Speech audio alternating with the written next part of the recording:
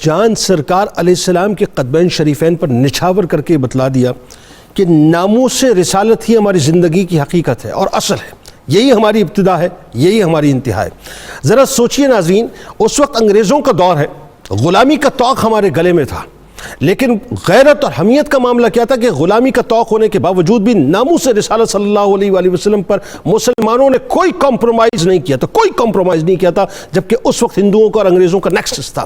آج الحمدللہ ہم آزاد ہیں، غلامی کا طوق ہمارے گلے میں بظاہر نہیں ہے، لیکن کیا وجہ ہے کہ ناموس رسالت صلی اللہ علیہ وآلہ وسلم پر ہم اتنا کمپرومائزنگ رویہ اختیار کیے ہوئے ہیں؟ یاد رکھیے گا ناظرین، مجھے تکلیف ہوتی ہے، بین الاقوامی سطح پہ جو کچھ بھی پریشرز ہیں اپنی جگہ، کل بروز محشر مر کے ہمیں سرکار علیہ السلام کی بارگاہ میں جانا ہے صاحب، کالی کمنی والے کو فیس کرنا ہے، کس منہ سے ہم ان کو فیس کریں گے؟ اور ایک اور بات میں عرض کرنا چاہتا ہوں، یہ جو ربیع الاول کے موقع پہ ہم نے جو کچھ بھی اس وقت پاکستان کے اندر کیا ہے صاحب، میں بڑی معذرت کے ساتھ یہ جملہ عرض کرنا چاہتا ہوں کہ یہ بھی ناموس رسالت کا معاملہ ہے کہ جہاں سرکار مدینہ صلی اللہ علیہ وآلہ وسلم کے نام پر سجائی جانے والی محافل کے اندر جو کچھ بھی رقص ہوا اور جو بے خنی کی گئی مقتضات کی اور جو کچھ بھی شاعر اللہ کا مذاق بنایا گیا، خدا کا واسطہ ہوش کے ناخن نے کل بروز محشر ہمیں سرکار مدینہ صلی اللہ علیہ وآلہ وسلم کے حضور میں پیش ہونا ہے.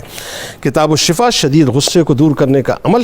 اگر کسی شخص کو شدید غصہ آتا ہے تو 11 بار اعوذ باللہ من الشیطان الرجیم پڑھ کر اپنے آپ پر دم کر لیں، انشاءاللہ بہت جلد غصہ ختم ہو جائے گا. حضرت مولانا عبد الرحمن جامی رحمۃ اللہ علیہ کا قول مبارک ہے کہ 3 صفات ایسی ہیں جن کے ذریعے نجات حاصل ہوتی ہے. ایک یہ کہ حق اور سچ کو تھامے رکھنا، دوسرا یہ کہ باطل سے پرہیز کرنا، اور تیسرا یہ کہ نیک کاموں کی ترویج کی کوشش کرنا. ٹویٹر پہ ہمیں ضرور فالو کیجئے، فیس بک پیج کو لائک کیجئے، یوٹیوب چینل کو سبسکرائب کیجئے، آئیکن کو ضرور کلک کر لیجئے گا.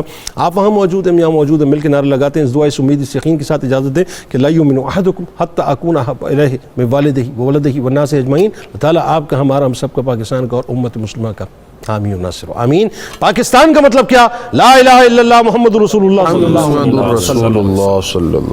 اللہم صلی علی سیدنا و مولانا محمد وعلی سیدنا علی و سیدتنا فاطمہ و سیدتنا زینب و سیدنا حسن و سیدنا حسین وعلی آلہ وصحبہ وبارک وسلم.